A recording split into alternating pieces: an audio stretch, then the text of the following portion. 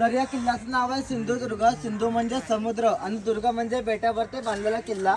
25 November 1664 या किल्ल्याची पायाभरणी केली आणि 29 मार्च 1667 मध्ये हा किल्ला पण पूर्ण आला। सालापर्यंत जर पाहिलं तर 3 वर्ष लागली आणि असं दिवस महिने वर्ष असं मोजायला गेलं तर 2 वर्ष 4 महिने 4 दिवस इतक्या पूर्ण किल्ल्याला कालावधी लागला। आणि या किल्ल्याला खर्चाला 1 कोटी सुवर्ण मुद्रा पहिली छत्रपती शिवाजी महाराजांनी मुघलांची मोठी बाजारपेठ होती सुरत म्हणून त्या सुरतीवरती हल्ला केला आणि त्या सुरतीचा पैसा या किल्ल्याचा खर्च केला। 1664 मध्ये 2 नाणी चलनामध्ये आलेली होती। एक नाणं असायचं ते शिवराय म्हणून एक नाणं असायचं ते पूर्णपणे तांब्याचं नाणं असायचं आणि ते दुसरं नाणं असायचं ते सोन्याचं नाणं असायचं। 2.45 ग्रामचं म्हणजे कसं 2.25 ग्रामचं नाणं असायचं। अशी 1 कोटी सुवर्ण मुद्रा या पूर्ण ते किल्ल्याचा खर्च केलेले आहे। आता तुम्ही ज्या गेटमध्ये आतमध्ये आला तो जो दरवाजा तो सागाई लाकडाने दरवाजा बांधलेला आहे। कधी पण शत्रूंचा बांधतो तोफेचा हल्ला जे केला तर तोफेचा गोळा सरळ येऊन दरवाजावरती बसू नये म्हणून दरवाजा समोरच्या साईडला एक दगडी बुरुजाचं बांधकाम केलेलं आहे। आणि जर शत्रूंचा हत्तीचा वापर केला हत्ती कसा धावत येऊन सरळ रेषेने दरवाजा तोडू शकतो पण बाहेरून येताना असा टर्न असताना कसं हत्ती धावण्याची गती कमी होते। हत्ती धावण्याची गती कमी करण्यासाठी बाहेरून आतमध्ये येताना असं गोल असं बुरुजाचं बांधकाम केलेलं आहे। म्हणजे आपण कसं गाडी चालवतो तसं आपण आपल्याला जर सरळ रस्ता भेटला तर आपली गाडी स्पीडमध्ये असते टर्न भेटल्यानंतर स्पीड कमी करायला लागतो तसं हत्तीचं आहे। आणि जर शत्रूंचा दरवाजा समोर जर उभा राहून जर दरवाजा तोडण्याचा प्रयत्न केला तर त्यांच्या अंगावरती गरम पाणी किंवा गरम तेल वाचण्यासाठी त्या दरवाजाच्या वरती 3 झरोके ठेवल्यात त्यातून गरम पाणी किंवा गरम तेल ओतून खाली शतना भाजून मारलं जायचं। आणि आपल्या मावळे कधी पण युद्धाची बाहेर पडताना आपल्या मावळ्यांना स्फूर्ती किंवा ताकद मिळावी अगदी दरवाजासमोर दक्षिणमुखी मारुती आणि बाजूला गणपती स्थापना केलेली आहे। आपले मावळ कसं उजव्यान तलवारून लढू शकतात पण बाहेरून आत्महत्या शत्रू त्यांच्या तलवारच्या बुरजावरती आपटून त्यांना पूर्ण अर्थान व्हायला पाहिजे। बाहेरून आत्महत्या शत्रूंच्या उजव्या साईडला बुरजाचं बांधकाम केलेलं आहे। तर शत्रूंच्या उजव्या साईडला बुरजाचं बांधकाम करण्याचं कारण आपल्या सर्वांच्या आपण हातीमध्ये तलवार दिली तर जास्तीत जास्त माणसं उजव्यान तलवार घेऊन लढू शकतात। क्वचित माणसं असतात फक्त डाव्यातून तलवार घेतात। तर त्यांच्या उजव्या साईडला असा गोल बुरुज असल्यामुळे शत्रूंचे पूर्णपणे तलवार बुरुजावरती आपटली जाते म्हणून बाहेरून आत्महत्या शत्रूंच्या उजव्या साईडला बुरुजाचं बांधकाम केलेलं आहे। आता कसं समोरून आत्महत्या शत्रूंच्या उजव्या साईडला बुरुज इथून जो आपल्या मावळा बाहेर जाणार तर आपल्या मावळ्यांच्या डाव्या साईडला बुरुज आणि उजव्या साईडला मोकळा पॅसेज आहे। तर आपला मावळा कसं सहजपणे तलवार फिरू शकतो इथून बाहेर जाताना उजव्या साईडला मोकळा पॅसेज ठेवलेला आहे। आणि त्या दरवाजावरती वगैरे ती झेंडा लावली इमारत दिसते ती नगरखान्याची इमारत आहे। नगरखान्याची इमारत म्हणजे जर शत्रू आले की राजे येतात तर नगारा बाजून इथला पूर्णपणे किल्ल्यातला मावळ्यांना सावध केला जातो। आपल्या ज्या बोटवाला ज्या पाण्याला ओढ असते म्हणजे ज्या पाणी कमी होते आपलं बोटवाला जेटीवरती सोडतो आणि ज्या पाण्याला भरती असते आपलं बोटवाला इथं समोरांनी सोडतो तेव्हा आपल्याला कळतं दरवाजीतूनच आहे। आणि आपला जो बोटवाला आपला जरी गोलगोल जरी फिरवत राहिला तरी आपल्याला कळत नाही दरवाजा कुठून आहे। म्हणजे या दरवाजासमोर एक बुरुजाचं बांधकाम आहे बाहेर एक बुरुजाचं बांधकाम म्हणजे कसं 2 बुरुजाचं बांधकाम समोरासमोर असल्यामुळे किती शत्रून चारी साईडने किती फेरा मारल्या तर त्या शत्रू दरवाजा कुठे दिसत नाही म्हणून पूर्णपणे 2 बुरुजाचं बांधकाम समोरासमोर करून ठेवलेलं आहे। आणि आपल्या मनाला कळायला पाहिजे दरवाजीतूनच आहे म्हणजे वरती नगरखान्याची इमारत लाल दगडामध्ये नगरखान्याची इमारत बांधून घेतलेली आहे। आता जर आपण ही जर तडविंता जर पाहिली तर ही जर तडविंता बांधलेली आहे इथं पूर्णपणे 48 एकरचं कुरटे नावाचं खडकाड भेट होतं। तर हा इथला 48 एकरचा खडक फोडून ही पूर्णपणे 3.5 किलोमीटरची तडविंता बांधलेली आहे। 30 ते 35 फूट पूर्णपणे तडविंता उंच आणि 8 ते 10 फूट पूर्णपणे तडविंती जाडी आहे। आपण कसं आता घराची भिंत बांधत असतो तर घराची पहिल्या दगड ज्या जागेवरती बसवतो ती भिंत बांधताना आपण पहिला चर घालतो म्हणजे पहिला पाया खदला जातो आणि त्याच्यानंतर दगड बसवले जातात। तर याच्या किल्ल्याचा जो याची किल्ल्याची जी तडभिंत जी बांधली कुठचा पाया खाल्लेला नाही आहे। जो नॅचरल बेस होता म्हणजे जमिनीखालून आलेला वरती खडक होता त्याच खडकाचा आधार घेऊन त्याच खडकावरती आपली दुसरी कापलेली दगड त्याच खडकावरती बसून ही पूर्णपणे 3.5 किलोमीटरची तडभिंत बांधून पूर्ण केलेली आहे। आता आपण वरती पाहू शकतो आपल्या वरती मध्ये मोठे मोठे होल जे दिसतात असं चौकोनी मोठे होल दिसतात ते तोफा ठेवण्यासाठी आणि आपले लहान लहानचे होल दिसतात ते बंदुकांचा किंवा भाले किंवा तीर फेकून मारण्यासाठी वरती झरोका ठेवलेले आहेत।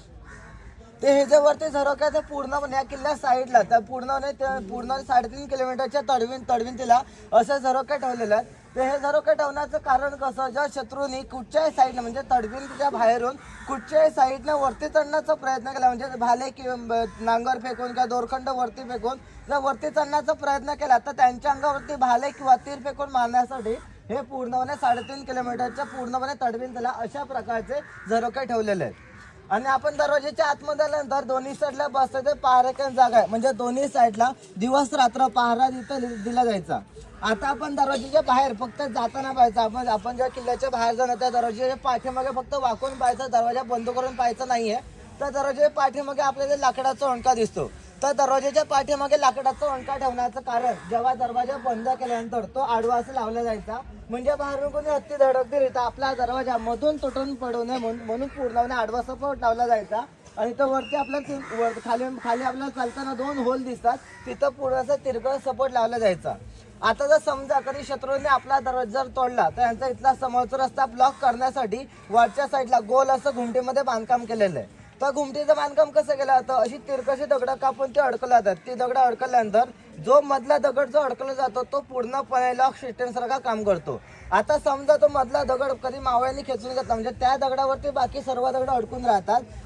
जर मधला दगड कधी आपल्या मावळ्यांनी वरती खेचला, काय साईडची सर्व दगडं लूज पडून ती सहजपणे खाली आणतात. म्हणजे कसं, शत्रून दरवाजा तोडला, आतमध्ये घुसले, ते शत्रू आतमध्ये घुसल्यानंतर त्यांनी आपल्या मावळ्याने वरचा जो कळस आहे ना, तो वरचा कळस वरती खेचला काय सर्व दगड त्यांच्या डोक्यावरती पडून इथला त्यांचा रस्ता ब्लॉक होऊन जाईल. नवीन शत्रूंचा इथला रस्ता ब्लॉक करण्यासाठी वरच्या साईडला गोल असं घुमटीमध्ये बांधकाम केलेलं आहे. आणि तिथून हे समोरचे जे बांधकाम आहे, म्हणजे दरवाजाच्या आतमध्ये आल्यानंतर हे समोरचे जे बांधकाम आहे ते जांभा दगड म्हणजे चिरामध्ये बांधकाम केलेलं आहे. तर जांभा दगडामध्ये बांधकाम करण्याचं कारण, जांभा दगड काय करतो, जेवढा पाऊस पडतो तेवढा पूर्णपणे पाणी आतमध्ये खेचून घेतो, जेवढं पाणी आतमध्ये खेचतो तेवढं पूर्णपणे पाणी आतमध्ये साठवून ठेवतो आणि इथलं आतमधलं वातावरण थंड करतो. म्हणून पूर्णपणे आपल्याला इथं वरती जांभा दगडाचं बांधकाम आपल्याला इथं वरती पाहायला भेटतं. आणि हा दगड जर पाहिला, हा जांभा दगड आणि हा तडबिंटीचा दगड जर पाहिला तर याच्यामध्ये जमीन आसमानाचा फरक आहे. या दगडामध्ये आपल्याला छिद्र पाहायला भेटतात आणि या दगडामध्ये छिद्र पाहायला भेटत नाहीत.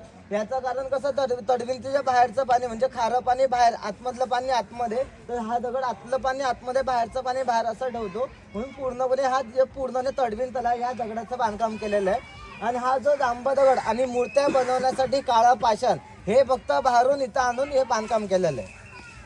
आता तिथूनच पुढे नंतर आपल्या समोर बघा हे व्हाईट कलरचे मंदिर दिसतंय ना, ते जरीमरी मातेचं मंदिर आहे. जर जरीमरी मातेचा अर्थ जर पाहायला गेला तर आपण जरीमरी मातेच्या नावाची जरीमरीची आपण फोड जर केली तर जर म्हणजे आजार आणि मरी म्हणजे आजारावरती मात करणारी देवी, म्हणजे जरीमरी देवीची स्थापना तुकाराम बाहेरेकर या किल्ल्यावरती मराठी सरदार होते, त्यांनी तो मंदिर स्थापन केलेलं आहे. आधी मात्र सुरू बसल्याहून आत्मयुक्त तृषामध्ये बांगड्या भरून ठेवल्यात आणि बाजूला देवीच्या पादुका आणि छोटी शिवलिंग आहे. आणि त्या मंदिराची तिथवरती 2 मध्ये शिलालेख लिहून ठेवलेला आहे. हे देऊळ तुकाराम बाहेरेकर शकेशी छत्री यांनी बांधलेले सन 1813 अशा 2 मध्ये पहिली जुन्याकाची प्राकृत मराठी तिथं वरती लिहून ठेवलेली आहे. प्राकृत मराठी म्हणजे कसं, आपण कसं तुकाराम लिहितो मध्ये पेज सोडतो पुढे लिहित जातो, तर पहिली जुन्याकाची प्राकृत मराठी सलग लिपीमध्ये लिहिली जायची, मध्ये पेज सोडला जात नव्हता. आता आपल्याला इथून सरळ वरती तडबिंतीवरती जायचं आहे. तर तडबिंतीवरती छत्रपती शिवाजी महाराजांचा उजवा हाताळ ठसा आणि डावा पाचड ठसा आपल्याला बघायला तिथं वरती जायचं आहे. तर या किल्ल्याचं इंजिनियर म्हणजे वास्तुशिल्पकार हिरोजी इंदुरकर, ज्यांनी रायगडचं बांधकाम केलं होतं आणि या किल्ल्याचं बांधकाम केलं होतं. तर त्यांच्या हातातले तर 8,000 मजूर होते. 3,000 मजूर दिवस रात्र बांधकाम करत होते आणि 5,000 मजुरांचा जागता बारा पूर्णपणे आपल्या समुद्र किनारपट्टीवरती पसरलेला होता. आणि जेव्हा त्यांनी रायगडचं बांधकाम केलं, रायगडचं बांधकाम त्यांनी आपला पूर्णपणे स्वतःचा खर्च करून रायगडचं बांधकाम पूर्ण केलं. राजांनी त्यांना सांगितलं, तुमचा जो राजवाडा जी जागा जी तुम्ही जी विकली तर आम्ही तुम्हाला परत घेऊन देतो. तर त्यांनी ते घेतलं नाही. त्यांनी सांगितलं हे जे आम्ही जे दिलं ते आम्ही स्वराज्यासाठी दिलेलं आहे, पण मला याच्यापैकी काहीच नको, फक्त मला तुमच्या फक्त नावाची फक्त मला लावायला परमिशन द्या. म्हणजे तिथं फक्त नाव त्यांनी आपलं लिहून ठेवलेलं आहे, सेवेसी ठाई तत्पर हिरोजी इंदुरकर म्हणून. आणि हा किल्ला बांधला तर या किल्ल्याला फक्त त्यांनी उजवा हाताळ ठसा आणि डावा पाचड ठसा फक्त इतकंच मागून घेतलं. तर त्यांनी उजवा हाताळ ठसा आणि डावा पाय ठसा मागण्याचं कारण त्यांनी काय सांगितलं, आपण जेव्हा नवीन वास्तू बांधतो, म्हणजे आपण नवीन घर बांधतो, कुठची नवीन वास्तू बांधतो, तर आपण त्याची सुरुवात करताना आपण हाताळ ठसे उमटतो. तसंच आपण स्वराज्य निर्माण करण्यासाठी, स्वराज्य घडवण्यासाठी तुम्ही घोड्यावर ते चढताना डावा पाय वापरला, म्हणून मला डावा पायचा ठसा मला उमटून द्या. आणि तुम्ही मराठी माणसासाठी म्हणजे आपल्या सर्व माणसांसाठी तुम्ही उजव्या हातामध्ये तलवार घेतले म्हणून उजवा हाताळ ठसा मला उमटून द्या. म्हणून छत्रपती शिवाजी महाराजांचा पायाचा ठसा खूप लांडगा आहे. कारण कसं छत्रपती शिवाजी महाराजांची उंची 5 फूट 4 इंच उंची होती, म्हणून त्यांचा पायाचा ठसा खूप लांडगा आहे आणि हाताचा ठसा खूप मोठा आहे. कारण कसं छत्रपती शिवाजी महाराज अजाना भाऊ होते. अजाना भाऊ म्हणजे कसं, आपण उभं राहिल्यावरती आपला हात गुडघ्याची खाली जात नाही. आपण असं वाकल्यानंतर आपला हात गुडघ्याच्या खाली होतो, तर त्यांचा उभं राहिल्यानंतर न वागता गुडघ्याच्या खाली हात द्यायचा, म्हणून त्यांचा हाताचा ठसा खूप मोठा आहे. आणि ते तसे कशावरती उमटून घेतलं, चुनामध्ये उमटला. चुना म्हणजे आपण खातो तो चुना नाही, दगडी चुना असायचा, त्याच्यामध्ये तो हाताने पायाचा उमटून घेतलेला आहे. आपल्याला इथून सरळ जायचं, तिथं वरच्या साईडला 2 घुमट्या दिसतात, रिकामी झेंड्याची काटे, तिथं 2 घुमट्या म्हणजे मंदिरासारखं लहानगं बांधकाम केलेलं आहे. वरच्या घुमटेमध्ये उजवा हाताचा ठसा, खालच्या घुमटेमध्ये डावा पायाचा ठसा, ते पाहून इथून साईडला तडविंतीवरती चलत येऊन ही नगारखान्याची इमारत पाहून या साईडच्या पायऱ्याने आपल्याला खाली उतरायचं नाहीये, त्या साईडच्या पायऱ्याने आपल्याला खाली उतरायचं. चला, हा किल्ला बांधायच्या आधी इथं पूर्णवली 48 एकरचा पूर्णवली कोरटा नावाचा खडकाडबेड होतं. तर हा किल्ला बांधताना आपल्या मावेना पिण्यासाठी पाणी म्हणताना 3 विहिरी काढल्या आणि 3 विहिरींना नावं दिली, साखर भाव, दूध भाव, दही भाव अशी 3 विहिरींची नावं दिली. कारण कसं चारही साईडला खारं पाणी आणि मध्येच गोड पाणी, म्हटल्या विहिरींना साखर भाव, दूध भाव, दही भाव अशी नावं दिल्यात. आणि 3 विहिरींना शंकराच्या पिंडीचा आकार दिला. कारण कसं छत्रपती शिवाजी महाराज शंकराचे भक्त होते, शंकराच्या पिंडीचा आकार दिलेला आहे. आणि शंकराच्या पिंडीचा आकार देण्याचं दुसरं कारण, किती सूर्यप्रकाश पडला तो डायरेक्ट विहिरीमध्ये पडत नाही, म्हणजे कसं पाण्याचं बाष्पीभवन होऊ शकत नाही, म्हणून त्या 3 विहिरींना शंकराच्या पिंडीचा आकार दिलेला आहे. आणि 3 विहिरीचं बांधकाम जर पाहिलं तर फक्त जांबा दगड म्हणजे चिऱ्यामध्ये बांधकाम केलं. तर जांबा दगडामध्ये बांधकाम करण्याचं कारण, जांबा दगड काय करतो, जेवढा पाऊस पडतो तेवढा पूर्णपणे पाणी आतमध्ये खेचून घेतो, जेवढं पाणी आतमध्ये खेचतो तेवढं पूर्णपणे पाणी आतमध्ये साठवून ठेवतो, जेवढं पाणी आतमध्ये साठवतो तेवढं पूर्णपणे पाणी फिल्टर करतो. हा दगड पाणी फिल्टर कसा करतो, हा जर दगड जर पाहिला तर या दगडला पूर्णपणे छिद्र असतात. छिद्र असल्यामुळे जे पाणीचं आतपे जाणार ते पूर्ण ते पाणी ते पाझरत आतपे जाणार, म्हणून पूर्णपणे पाणी फिल्टर करण्यासाठी या पूर्णपणे जांबा दगडाचा वापर केला जायचा. ही जी समोरची विहीर आहे ते साखर भाव विहीर आहे, इथं बाजूला दूध भाव, तिकडे पुढे दही भाव अशा 3 विहिरींना ती नावं दिलेत. आणि 3 विहिरींना शंकराच्या पिंडीचा आकार देऊन पूर्णपणे 3 विहिरींना जांबा दगडाचं बांधकाम पूर्णपणे 3 विहिरींना केलेलं आहे. आतमध्ये विहिरीमध्ये उतरायचं असेल, चपला बाहेर काढायच्या, आतमध्ये विहिरीमध्ये जायचं आणि वरून जर पाहायचं असेल तर या विहिरीचं पाणी इथून आपल्याला झाडाचं मूळ दिसतं विहिरीच्या बाजूला, तिथून आपल्याला पाणी दिसतं आणि त्या विहिरीचं पाणी आपल्याला पाठवून दिसतं. आणि त्या पाचच्या साईडला बघा आपल्या ती भिंत दिसते मध्ये, आणि या साईडला बघा आपल्या इथं समोर इथं चौथा दिसतो. हा इथं पहिला सभामंडप होता, तर हा इथं सभामंडप आणि तिथं राजवाडा होता. तर त्या राजवाड्यामध्ये फक्त 4 राणी आणि राजाराम तो वास्तव केलेलं होतं. 4 राणी आणि राजाराम महाराज तिथून निघून गेले, तर ते ब्रिटिशांनी हा पूर्ण राजवाडा सभामंडप तोडून टाकला. फक्त त्या राजवाड्यामध्ये फक्त छत्रपती शिवाजी महाराजांच्या मावळ्यांनी कोरलेली कमाई नक्षी आणि हत्या सोंडेचा आकार अशी नक्षी कोरलेली होती. तर त्या नक्षी समजता पहिला किती सुंदर राजवाडा असेल तो. आणि हा पूर्ण इथून 4 ते 5 एकरचा राजवाडा होता, तो पूर्णपणे लांबून तोफेचा हल्ला करून हा पूर्णपणे राजवाडा तो उद्ध्वस्त करून टाकलेला आहे.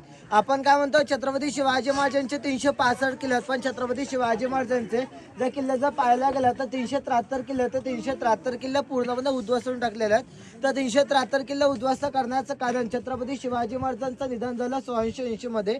त्यांच्या पाठीचा कुठचा मुलगा जन्माला आला, त्या राजांचा जर इतिहास वाचला, राजांचा इतिहास वाचून जर त्यांच्या वास्तू पाहिल्या तर राजांचे ज्या वास्तू असायचे त्या पूर्णपणे स्फूर्तीदायक म्हणजे प्रेरणा देणाऱ्या वास्तू असायच्या. प्रेरणा देणाऱ्या वास्तू असल्यामुळे त्यांच्या अंगामध्ये स्फूर्ती निर्माण होऊन आपण परत इंग्रजावरती आक्रमण करू नये म्हणून आपले त्यांनी सर्व किल्ले त्यांनी उद्ध्वस्त करून टाकलेले आहेत.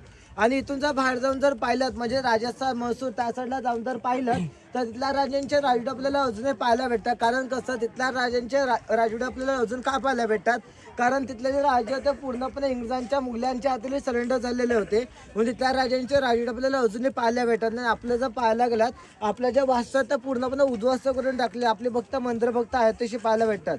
तर आपले मंदिर आयतीशी का पाहायला भेटतात, कारण पहिली जी माणसं होती पूर्णपणे मंदिरावरती विश्वास ठेवून राहिलेले माणसं होते. म्हणजे इंग्रजांना माहिती होतं जर याचा माणसांचे आपण जर मंदिराचं उद्ध्वस्त केलं इथले माणसं काय करणार, आपल्या विरुद्ध बंड काढणार आणि आपल्या इथं राज्य करायला इथं देणार नाहीत. पण त्यांनी मंदिरं त्यांनी आपली आहे तशी ठेवल्यात, बाकी आपल्याला वास्तू आता पूर्णपणे उद्ध्वस्त करून टाकलेले आहेत. आता आपल्याला फक्त इथं 2 विहिरी पाहून घ्यायच्या, त्याच्यानंतर राजवाड्याच्या एका त्या साईडच्या खांबावरती गोल अशी कमाई नक्षाने हत्या सोंडेचा आकार, त्याच्या पुढे जायचं त्याच्या पुढे 3री विहीर दहीबा विहीर आणि त्याच्या पुढे भवानी मातेचं मंदिर आणि मग टेहनी वरून मग तिथून परत डायरेक्ट गेटवरती. चला. इथं बाजूला मंदिरात छत्रपती इथं बाजूला मंदिरात छत्रपती शिवाजी महाराजांचं महाराष्ट्रातलं एकमेव मंदिर आहे. छत्रपती शिवाजी महाराजांचं निधन झालं 1680 मध्ये. त्याच 15 वर्षांनी राजाराम महाराजांनी म्हणजे छत्रपती शिवाजी महाराजांचा 2 नंबरचा मुलगा राजाराम महाराज त्यांना आपल्या वडिलांची मूर्ती 1695 मध्ये आपल्या वडिलांची मूर्ती स्थापना केलेली आहे. आणि त्या मूर्तीवरती अंगवस्त्र चढवून ठेवले आहेत. हातामध्ये कडा, डोक्यावरती चंद्राची कोर आणि कमरेमध्ये कमरपट टाशी धानाचं बसून इथं मूर्ती स्थापना केलेली आहे. आणि छत्रपती शिवाजी महाराजांनी अनेक तलवार लढाईत वापरल्या. त्यातील एक तलवार छत्रपती शिवाजी महाराज 14 वर्षाचे असताना आपल्या वडिलांच्या विटीला विजापूरला गेले होते. त्या त्यांना दिले तलवार आहे. तिथे 4 फूट लांब असून एक धरी पात आहे. आणि ती दुसरी तलवार जगदंबा तलवार ती ब्रिटिश घेऊन गेले. त्याची प्रतिकृती बनवून संभाजीराजांनी इथं दुसरी तलवार इथं अर्पण केलेली आहे. आणि या पूर्णपणे मंदिराचा इथून हा पूर्ण बाहेरचा सभामंडप आहे तो पूर्णपणे कोल्हापूरच्या शाहू महाराजांनी पूर्ण केलेला आहे. 1906 मध्ये हा सभामंडप बांधायला घेतला आणि 1907 मध्ये हा पूर्णपणे सभामंडप पूर्ण आला. या पूर्ण सभामंडपाला फक्त 1 वर्ष लागलं आणि या सभामंडपाला खर्च आला 3850 रुपये खर्च करून हा पूर्णपणे सभामंडप पूर्ण केला. या मंदिराच्या बाहेर दोन्ही साईडला 2 तोफा आहेत. आत्मे रामदास स्वामींच्या पादुका, बाजूला मुनीनाथांची मूर्ती आणि या मंदिराच्या बाजूला नगरखान्याची इमारत आहे. दर संध्याकाळी 7 वाजता नगारा वाजून या मंदिरामध्ये ते नौबत केलं जातं म्हणजे महाराजांना मुजरा केला जातो. आणि दर सोमवारी म्हणजे दररोज सोमवारी रात्री 9 वाजता छत्रपती शिवाजी महाराजांची पालखी या मंदिरावर 3 फेऱ्या घालून फिरवली जाते. आता जेव्हा 1695 मध्ये आपल्या वडिलांची मूर्ती राजाराम महाराजांनी आपल्या वडिलांची मूर्ती स्थापना केली तर त्या काळापासून आपल्या वडिलांची सेवा करण्यासाठी या किल्ल्यावरती 18 घरांची वस्ती या किल्ल्यावरती नेमून दिली. 18 घरांची वस्ती किल्ल्यावरती तर अजून राहते. आतमध्ये सतपाळ, सावंत, भोसले, फाटक, वांगणकर, जैन, मुजावर, यादव, जाधव, गवंडी, परवकड, पाडावे, कोरगावकर अशी 18 घरांची वस्ती या किल्ल्यावरती नेमून दिली. 18 घरांची वस्ती किल्ल्यावरती तर अजून राहते. आतमध्ये मंदिरामध्ये जाऊन या. फक्त मंदिराच्या आतमध्ये गेल्यानंतर आतमधला मूर्तीचा फोटो काढायचा नाहीये. मूर्तीच्या बाहेरचा फोटो लावता फोटोंचा फोटो काढला चालेल. आणि जर आता चप्पल काढून उभे राहा. थांबा थांबा थांबा जायचं नाही. चप्पल काढ.